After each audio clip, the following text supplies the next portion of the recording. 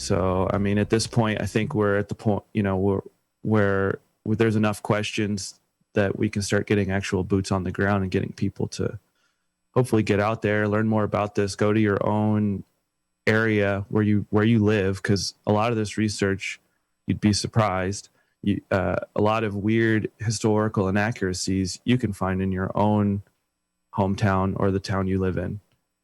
And that's a great place to start. And then you get into communication with other people and they start connecting the dots. And then next thing you know, we're one step closer. What the mainstream says is Tartaria was a loose association of nomadic tribes that all banded together and kind of had this like agreement, I guess.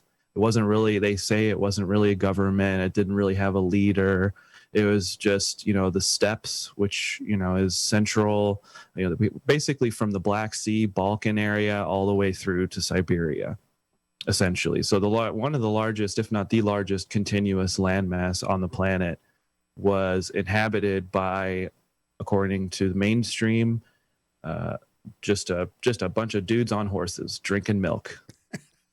One of the unique things you can find about North America is the United States of America claims that aside from teepees, no one was here first. We were here first. And that's a narrative that has constantly been shown to be false. Yeah, I mean, there's plenty of examples of this. Oh, here's the one I was talking about. So you have Russian Tartary, Siberia up here in the north. Then you have an independent Tartary here in the center. And to the east, you have Chinese Tartary. So three pretty distinct, and you can see here the rest of the countries are filled out. And, all of these countries have flags. They have leaders. I mean, Persia, Arabia, all these places are distinct civilizations.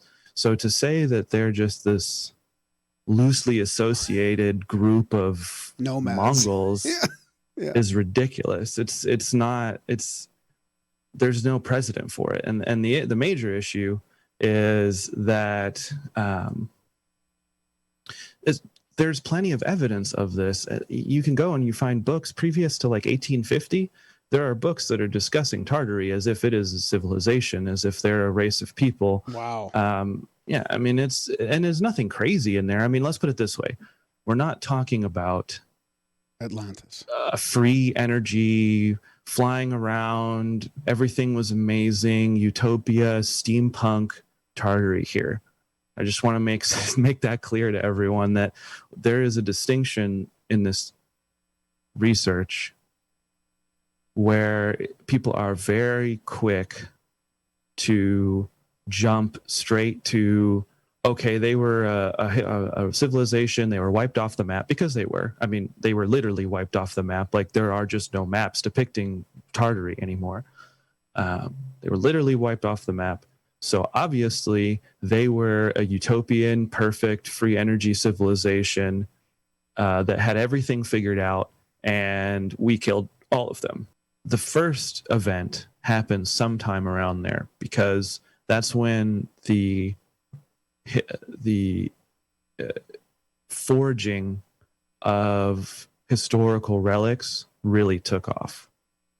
That's when all of these monks were in their monasteries and their abbeys getting paid to crank out pagan manuscripts, just like Roman, like they're taking Plato. Like here, okay, so here you have 1500s, you're in France, you're a young and upcoming monk, and the way you make money for your abbey is you sit around all day and you hand copy onto pieces of cowskin a pagan document written by a Roman historian from 1500 years ago that is based off of a few fragments, maybe. I don't know what they actually had. We've never seen the primary sources of a lot of where these manuscripts come from. And you have that explode in the beginning of the 1500s, or late 1400s, early 1500s. So there was an attempt to flood the zone, if you will, with forged or, repurposed manuscripted history.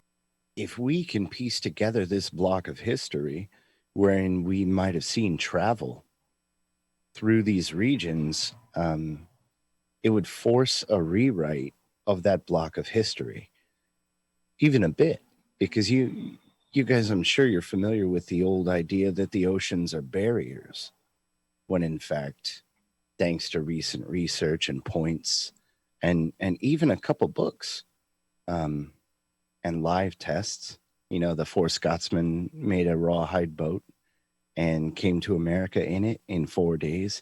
The oceans are highways. And so for that to not be true of the ancient world, there's a hidden connection there.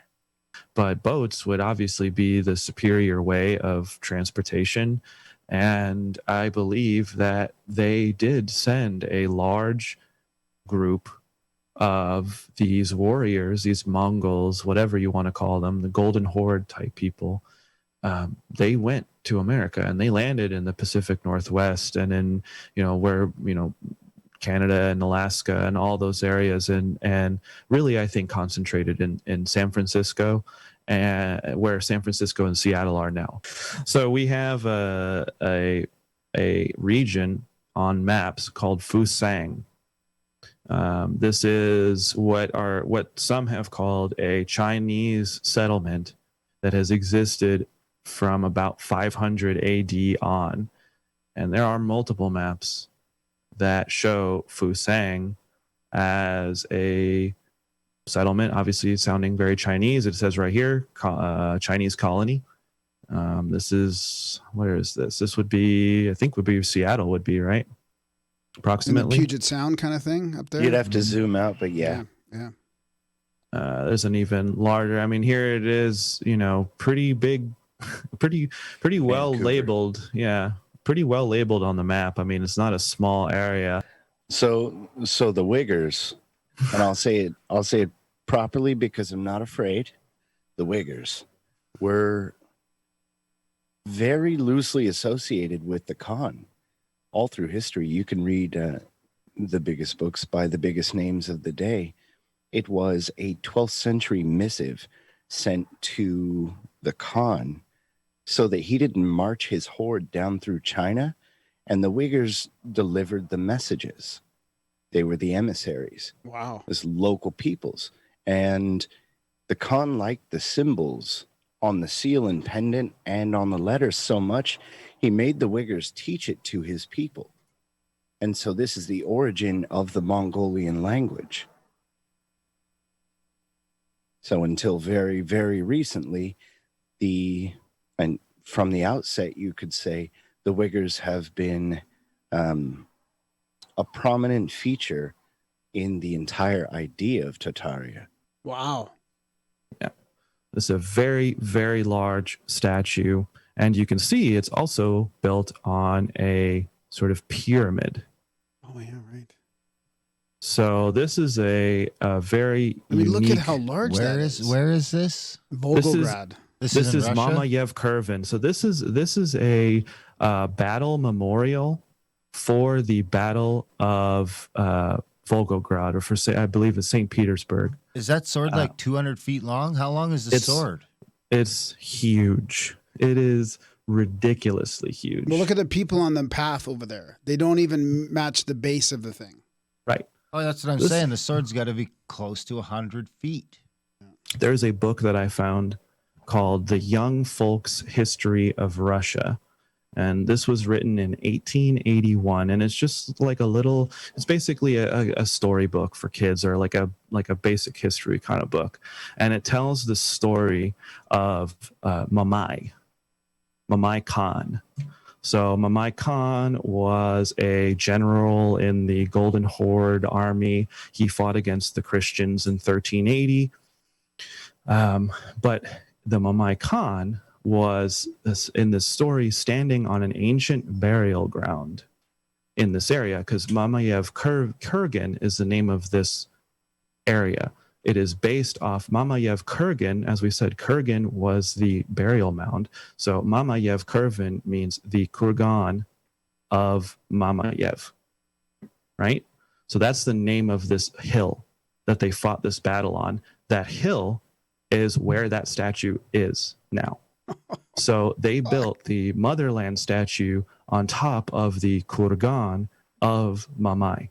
Wow. It is the finest example locally of iconoclasm. We're going to build our monument on top of your monument. Because in the wake of a natural disaster, you can go in and you can rewrite history. And then you have, of course, the conflicts of the Civil War in the United States. You also have at the same time the Crimean War between the French and the Russians. You have many global conflicts that lead up until, World War I, World War II. So that's the second stage. That's also the rise of the oligarchs and the oil oligarchs and the bankers and basically the people that created this current society. That previous 100 years of cataclysm and strife and destruction and repurposing led to these people showing up and creating the new society through the World's Fairs and the expositions and these massive displays of out with the old, in with the new.